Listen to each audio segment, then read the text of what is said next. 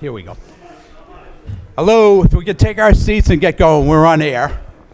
I'm just going to do a quick presentation. My name is John Cashel, Planning Director of City of Woburn. Thank you all for coming tonight and listening to this presentation. This is the initial presentation on a master plan the city is engaged in at this point in time.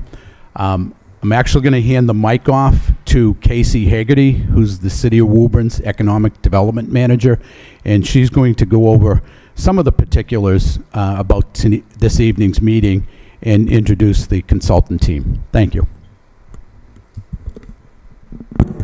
It's a little awkward. Thanks, John. So thank you all for coming out tonight. As John mentioned, the city is underway in a process to do a master plan for the North Woburn, New Boston Street area. This really came out of around a 2017-2018 study that our regional planning agency did that identified the New Boston Street area kind of as the next big area for potential business growth, redevelopment, economic activity, and it really identified this area as the economic engine for the city of Woburn. Within our study area, I think there's 250 acres, 100 different parcels, 85 different property owners, and the assessed value of the area is close to $340 million. So that really speaks to the importance of this area. And we decided as a city, we know that there is potential in this area, and rather than being reactive parcel by parcel, we decided to take a proactive approach and look at the region as a whole. So as part of that, we applied for a Community One-Stop grant and were awarded that in last spring. The cycle's a little bit slow. So we were awarded a Community One-Stop for Growth grant last year from the state. And Mass Development, this is Alejandro from Mass Development, assigned us a consultant team.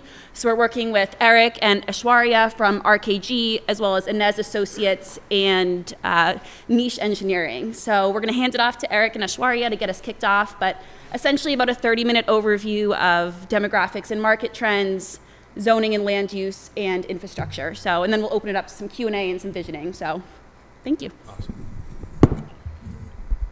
Hi, everyone. Is it? It's on. Okay, sorry. It doesn't sound like it was on from up here. Hi, everybody. I'm Eric Halverson. I'm a principal with RKG Associates. I'm joined, as Casey said, by my colleague Aishwarya, and also our teaming partners from Innis Land Strategies Group and Niche Engineering. So tonight, all three firms are going to sort of give you an overview, 10 to 15 minutes apiece, give or take, just of some of the background work that we've been doing for the last couple of months, really digging into this study area, Woburn and the region. And as Casey said, I think we've all quickly learned just how much value this area has, not just from a tax-based perspective for Woburn, but also from a business and jobs perspective for the city and for the entire region. Casey sort of summarized what's on this slide a little bit, but really the goal of this process is to help Woburn sort of look at the next iteration of this area.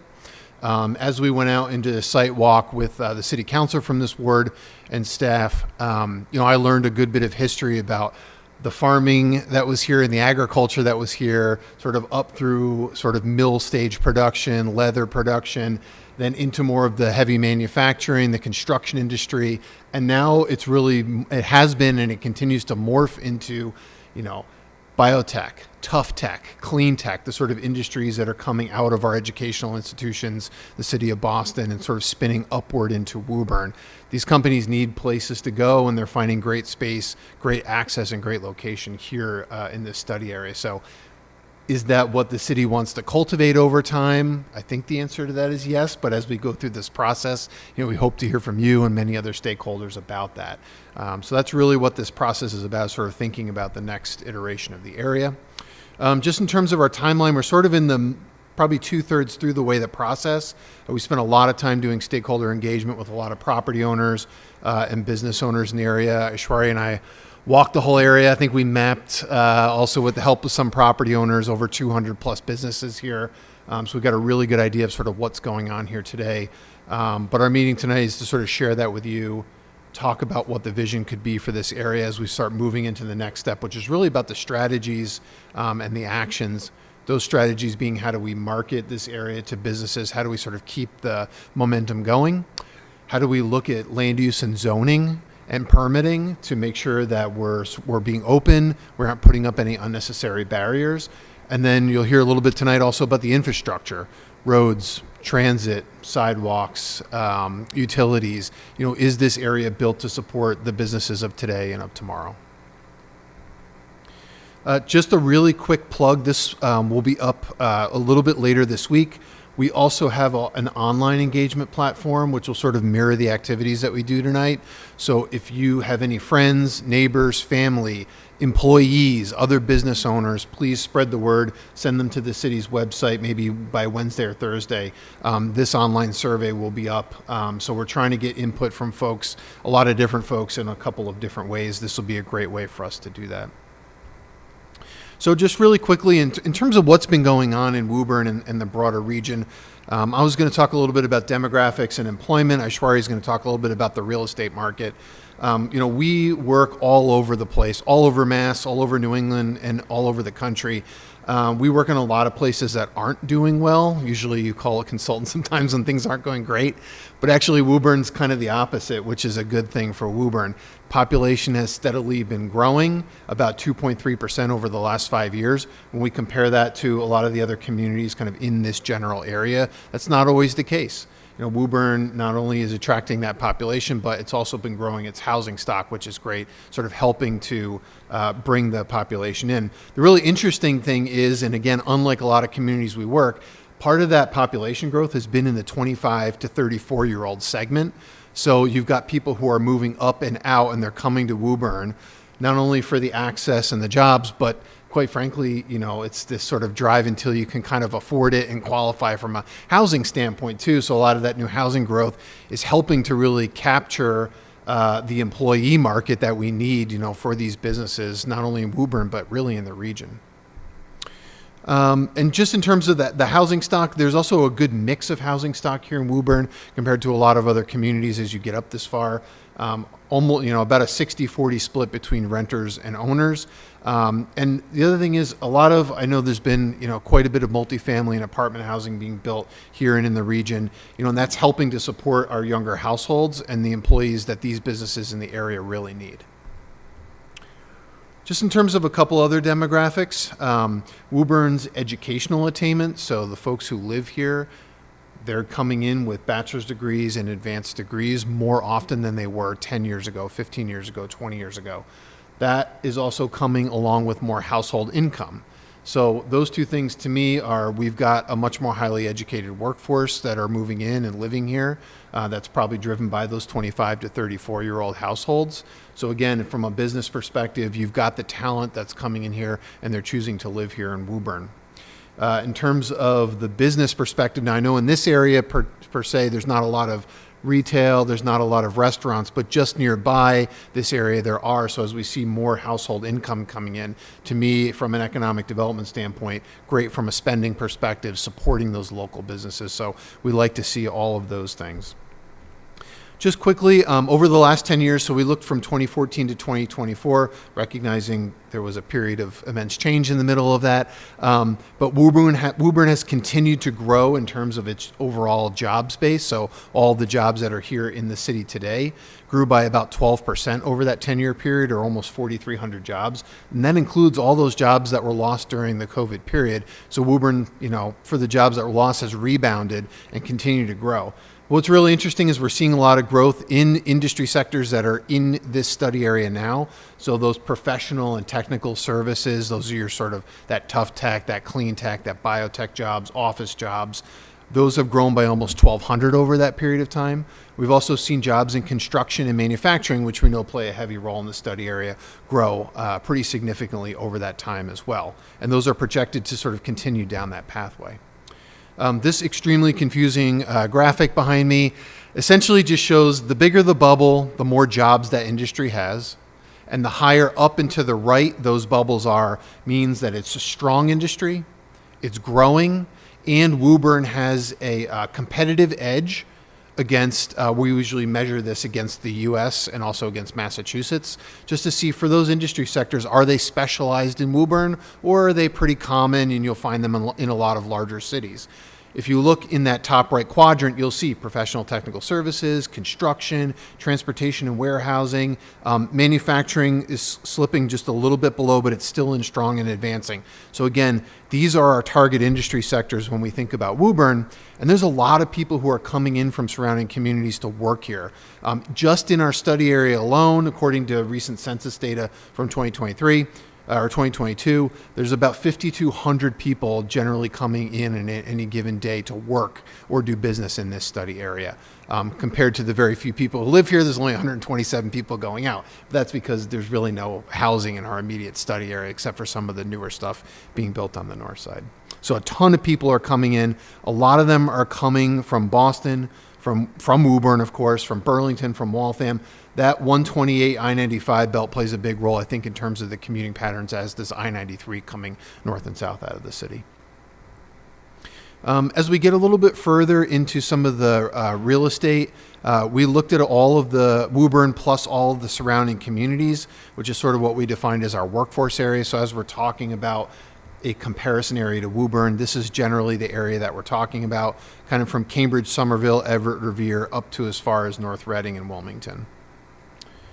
And just my last two quick slides, we want to also try to identify what are the industry sectors that Woburn should potentially be paying specific attention to as we're thinking about the future of this study area.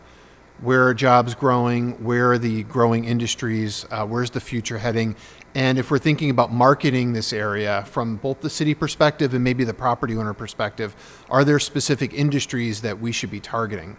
So we have a whole model in our office, and I'm not going to go through it, that factors in 8 or 10 different statistics to sort of help structure what industries we might want to pursue.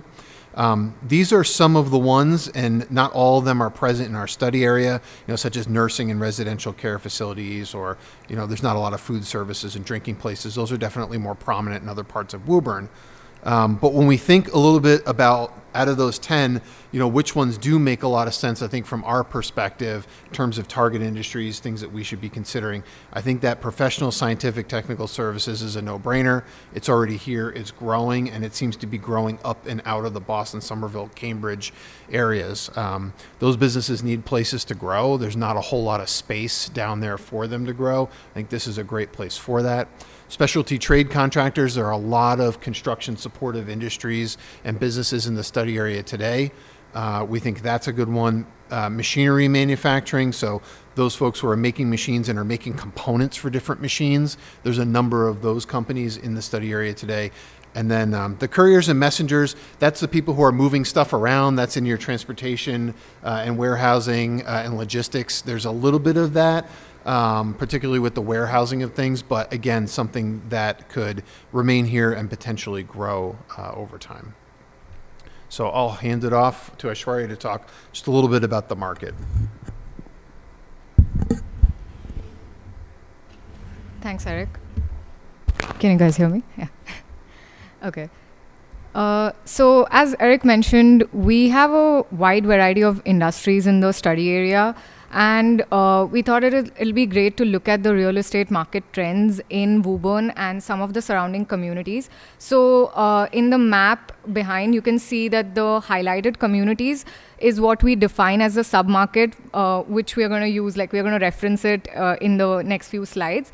And these communities, we chose these communities because they share similar demographics, socioeconomic characteristics, and also comparable properties. So it kind of gives us a clearer picture of how the market is performing and what trends are emerging.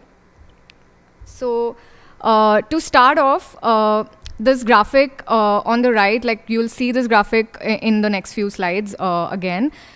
So in this graphic, you can see the green bars. They show how much space was leased, which is also called as net absorption. And the red bars show how many properties were developed. So they are called as new deliveries.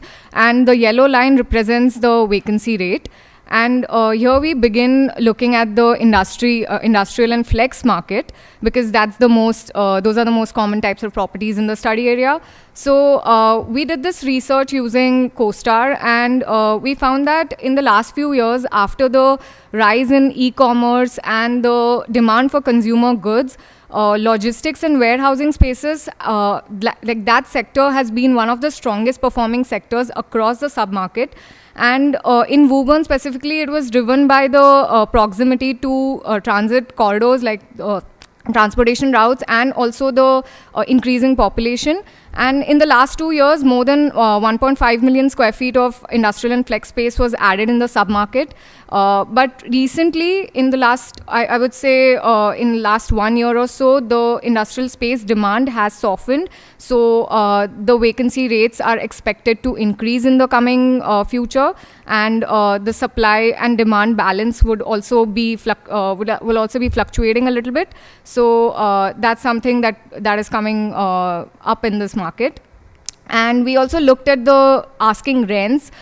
We compared the rents in Woburn and the submarket, and you can see that the rents have grown steadily. It's the graphic on the left, and the vacancy rates have also been kind of have stayed below 5% for most of the time, and they've only moved up to 8% in 2024 and early 2025. So this kind of shows that there is an imbalance between the supply and tenant demand, which is happening recently.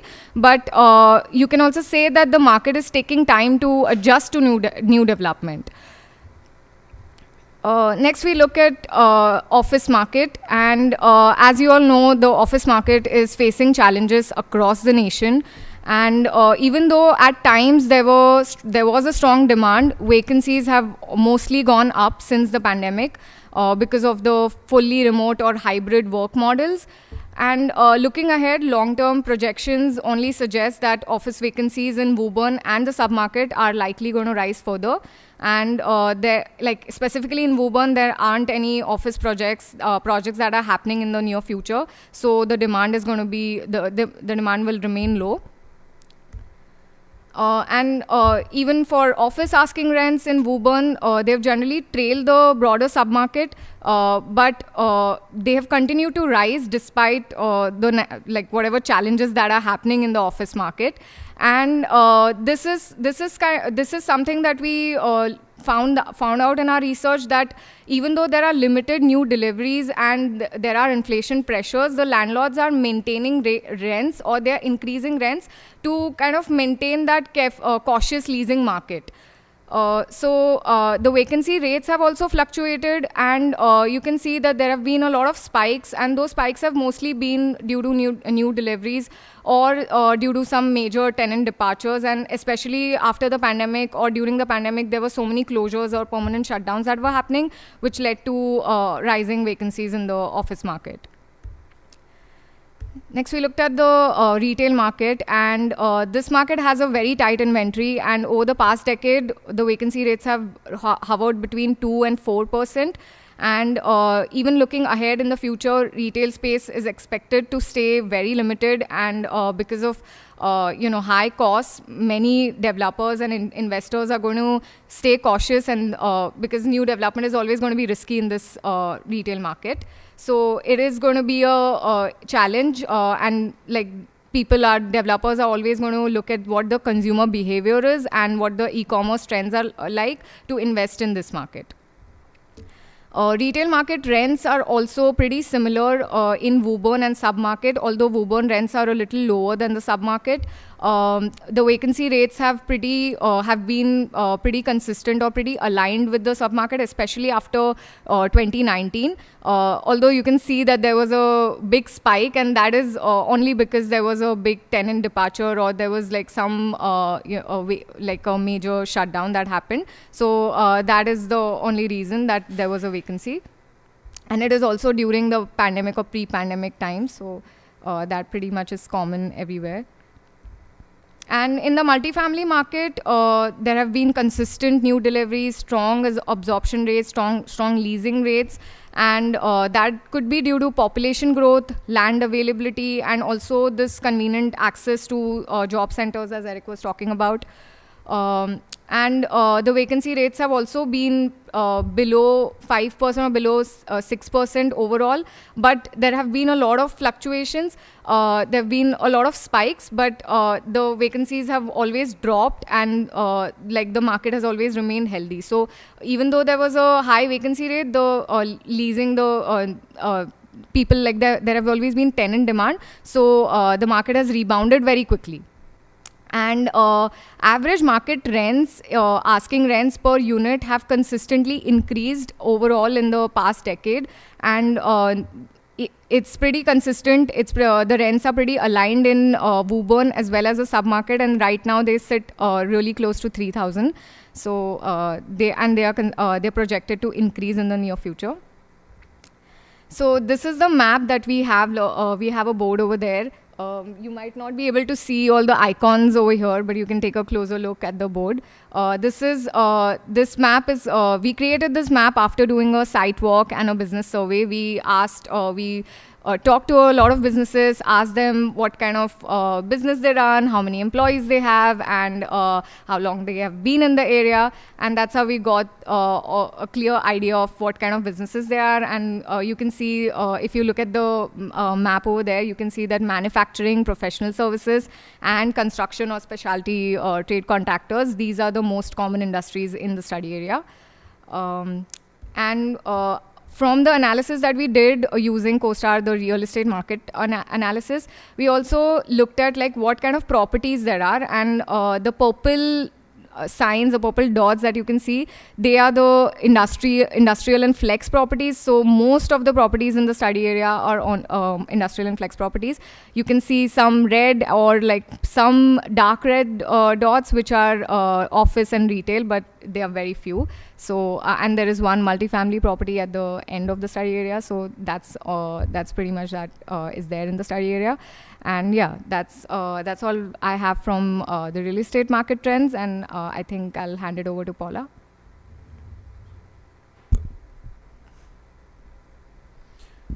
I did just want to say before we walk away, some of the reason why we wanted to present at least some of that baseline is we want to get your feedback after we're done presenting about future uses and what you think might actually be appropriate. So, you know, usually sort of understanding where the real estate market is today and sort of where it's heading, hopefully will help guide some of your input tonight. Thank you.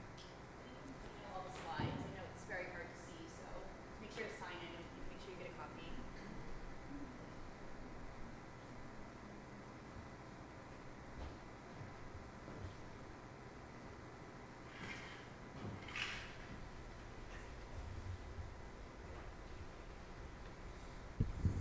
Hello, everyone. Do you hear me okay? Yes? Perfect. So I'm going to talk about land use and zoning. It's been a lot of information already, so I'm going to try to be as concise as possible. One thing that I would like to ask is how many of you are familiar with zoning or land use? Could you raise your hand, more or less? Okay, well, some, okay. I'm going to, so zoning is mainly, are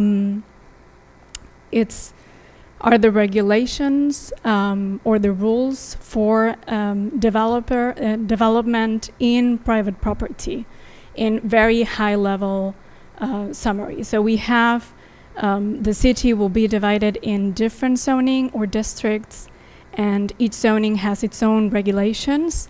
And the main things that we use, that we see is regulate the type of uses that you can build in the area, and then you have the development standards or dimensional standards, which are what you can build. So how high, the maximum width, the minimum or maximum lots, sizes, how far from the street. So this is what zoning will look into.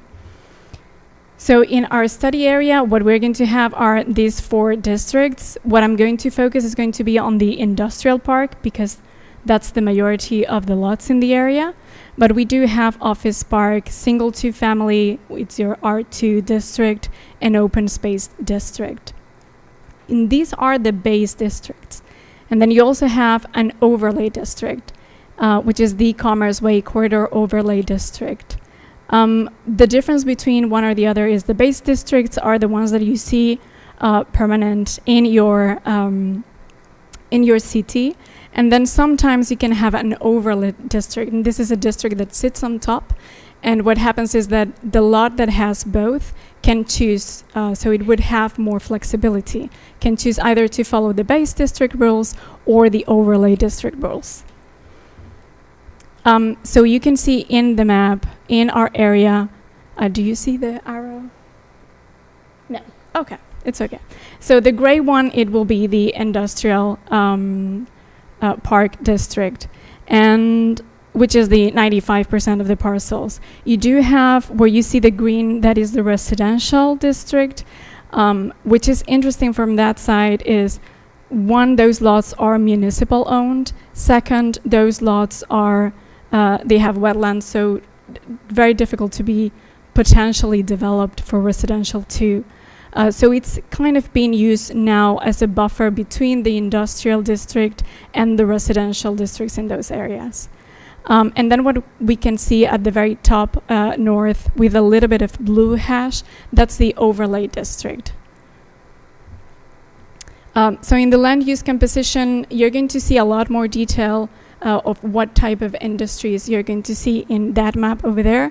This is from the assessor's data, so sometimes it's not as recent as what you would have in that map.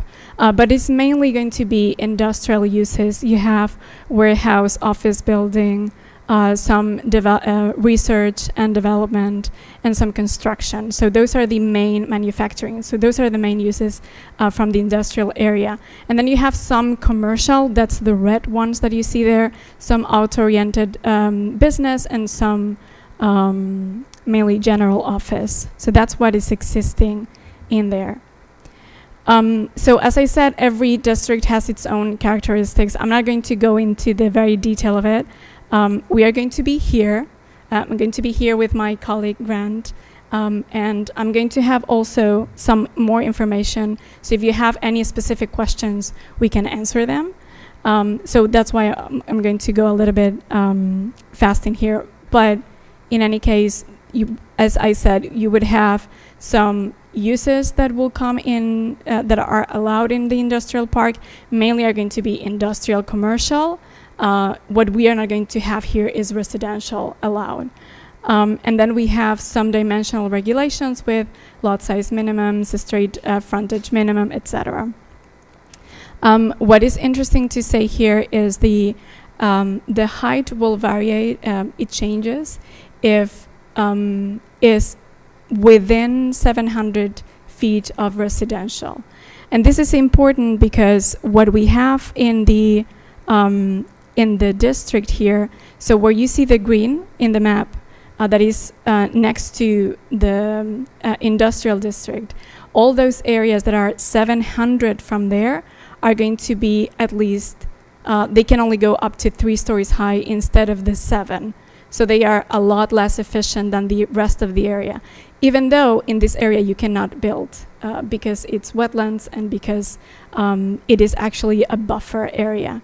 So if you already have a buffer area, maybe it's not needed to do the 700, but this is something that later on we will study. These are the small things that are coming in now that we need to study and further analyze. We also have the office park, single to family, which, well, it would allow your typical single family duplex, and then open space, which is mainly nothing, very little is allowed, is mostly for what it says open space. And then we have the overlay district. What I wanted to mention here is some things are interesting when I see it, and that it would need a little bit of more further clarification if it's this what we want, if we want to change the base district. So that's something that we need from the community feedback. But in this area we have a lot size minimum of 100,000 square foot. That is quite a lot. It's quite big. Without looking into very detailed analysis, but it sounds quite large. And then when we go into maximum lot coverage or floor area ratio goes quite high as well. but then the maximum residential density is very low. And so it might be that the mix of uses that are in this area, it's more of commercial, industrial, other type of mixes and not clearly residential. But if we do want some residential, I don't know, then some things would need to be changed. And then we have use regulations. These are usually tables where we have all the different things that are allowed per district. I'm not going to go through them, but we do have it printed. So if you want to see them or you want to comment on them, we will leave them in the table and you can go through them. If there is any specific use that you would like to see or it's something that you don't want to see, this is the moment to let us know. So what mainly we have is going to be a range of industrial and commercial uses. Only single and two family are going to be only for the residential districts, which are, as I said, in the south and with wetlands, so very difficult to build and develop. And then we have some mixed use and multifamily development that is permitted under the overlay district on the north side of the parcel. So dimension regulations as well. I'm not going to stay here a lot. This is what you will see. We have the different characteristics and then for per district. So we have the lot size minimum, lot width minimum, street frontage minimum, and each district is going to vary. So if you have any comments on this, we also have it printed, the presentation, so you can look at it. And if you have any suggestion, please let us know. As I said, for the dimensional regulations for the overlay district, I already talked a little bit about it. And then what we usually do is a nonconformity analysis. This is we try to look if what is there existing, if it fits the regulation. If it doesn't fit any of the regulations, we will say that it's non-conforming. And so it can be non-conforming in one regulation, in two regulations, in three regulations. It depends. So we go lot by lot, and we study a lot of the different dimensional standards. And so, for example, we will have lot size, open space. Does it, what is there reflects the regulation? Yes, no. If it's no, it's non-conforming. So here's an overview, and what we have is how many per lot, how many non-conformities they have. The orange will be, well, actually the black is the highest, but is a very, very small non-developable land, so lot. So that's why it's very tiny. But the orange, for example, is 3 non-conformities. The overview, we can say that is actually quite good. Industrial. This is usually non-conformities will come from historical districts, residential old districts, because the zoning was done after those. So right now in an industrial area, usually we do have a lot of, we don't have a lot of non-conformities. So the highest one will be for open space. The requirement is about 30% of the lot, and the media that we have is 16%. So we are quite under the open space requirement. So just so you see it, we have done for front yard setbacks, minimum lot size, the floor area ratio, minimum lot frontage, building coverage, building height, and then what we also want to look into, because we are in an industrial area, we know that we are going to have hazardous waste in the area. So we need to understand that for certain uses like residential, we are going to have to remediate the area. We need to be very careful. So that's why we have in one map all the different things that, because they treat waste or they have any chemical hazardous materials, we have to have it in the map. And well, then for parking regulations, nothing stands out. It's pretty similar to the other communities that are comparable in size or in this area. And then other regulatory considerations, who is the special permit granting authority, and which will be the City Council and the Planning Board, are the special permit granting authorities. This is very detailed, so I'm going to, if you have any questions, we have the information, but I'm just going to leave it to my colleague.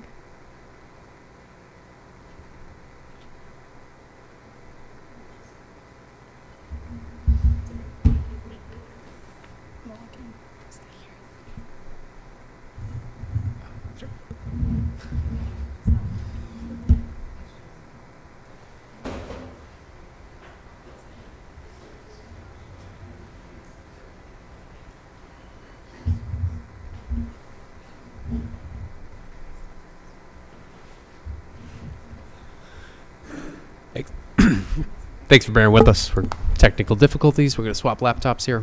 1 second. Appreciate it.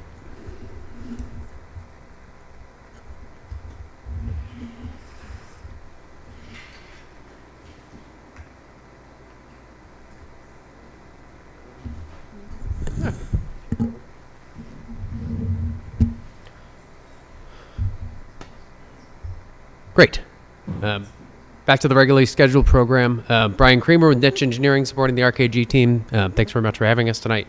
So to close out the existing conditions summary that you've heard tonight, our role on the team has been to specifically look at how this area of the city is served, how goods and services get into it, how waste gets out of it, and all the nuts and bolts that make this a vibrant and really important part of the city's commercial infrastructure, and what improvements need to be made in the future to serve either different uses or just replace aging infrastructure.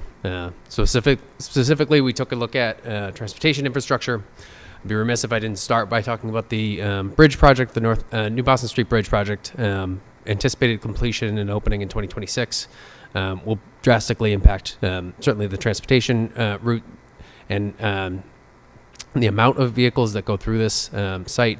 It's certainly going to change how folks get to and from work, both through the Wilmington side and as well connecting over into the Commerce Way side. Just right now, functionally, New Boston Street dead ends, or you have to get out on Merrimack Street. This end opens up an entirely new access, which will considerably change either through traffic as well as just folks, getting to and from. The parking within each individual parcel is relatively well. Each parcel is relatively well served by on-site parking. Certainly, as was mentioned, the parking existing meets or largely is in conformity with zoning requirements. And there's usually parking proximate to where folks would like it. Some of the gaps within the network are for pedestrians and bicyclists. There are some gaps in the crosswalk and sidewalk network. But largely, for industrial area of its size and of its scale and of its age, it's relatively well served by pedestrian and bicycle infrastructure. And the more that we can do to get certainly the new residences in the northern part of the study area connections, not just using a vehicle, the better and the safer. Certainly, we have to at least address that one of the major advantages of this location is its proximity to the highways. There's no way around it. It is really served very well by 93 and 95, 128. Specifically, the intersection that gets you into New Boston Street, while it has challenges from a traffic perspective, some of those are not necessarily caused by this study area alone. Right, there are a lot of cars going through there at any given point in the day. That said, access to and connections with the New Boston Street Bridge opening, the theory will be that certainly cars coming southward on 93 are anticipated to access the site potentially through that route, and therefore alleviating some of the traffic at the 95 Washington Street intersections. And currently the site basically does not have any pedestrian connection to transit. The only transit connections are the Route 134 bus, which goes up Route 38, And technically you could walk all the way around, though it'd be a very, very long walk to get over to Anderson. That said, we understand there are some gaps in the fences, and many workers and folks do access the regional transit center across the tracks there. And certainly the bridge opening will connect pedestrians and vehicles to the backside or the north side of the train center. So as I think I've mentioned a few times, the bridge will be opening in the next few months. The study area itself is relatively well served by water service, and sewer. There are some ongoing and planned facility upgrades to the New Boston Street sewer main, and largely we've not been alerted to. We've had a discussion with DPW about flow or reliability issues. None were reported, and largely connections into the city systems are in good condition. And lastly, I do want to mention sort of how, again, sort of similar to many industrial parks of its era and age, it is largely impervious, right? There's no way around that. There's a lot of roofs and a lot of parking. That generates quite a bit of stormwater runoff. So all of that basically drains to the north and west to Halls Brook, and the southeast portion of the study area drains to the east to Mishwam Lake. The study area is really reliant on a few really key culverts. If those were to fail, clog, the transportation would be impacted. So certainly maintaining access and maintaining the culverts and the drainage infrastructure itself is a really important one, as well as just trying to mitigate and reduce the amount of impervious to mitigate the runoff that's headed to those water bodies. And we took a brief look at flooding and flooding issues or concerns. You see in pink there is essentially the 500-year or the 0.2% chance of flooding limits. The blue is the regulatory FEMA 100-year flood zone, or 1% chance of happening in any given year. That will certainly, the likelihood of that happening is going to increase over time. So we're going to see more intense, more frequent rainfall events.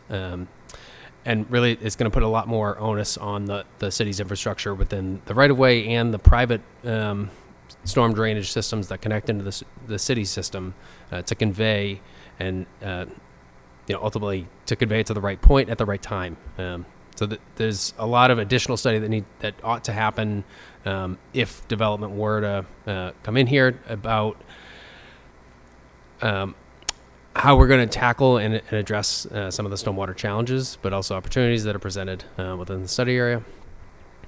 And lastly, the last piece of infrastructure that we want to mention, we've heard reported back to us, is that there's some gas service challenges with potential new development. Largely, we do not have a map of the natural gas system, but have had conversations with National Grid. Largely, there is available sufficient natural gas in the study area, but that has been a challenge for connection and extension to certain parcels within the study area. So with that, I think I'm turning it back over to Eric.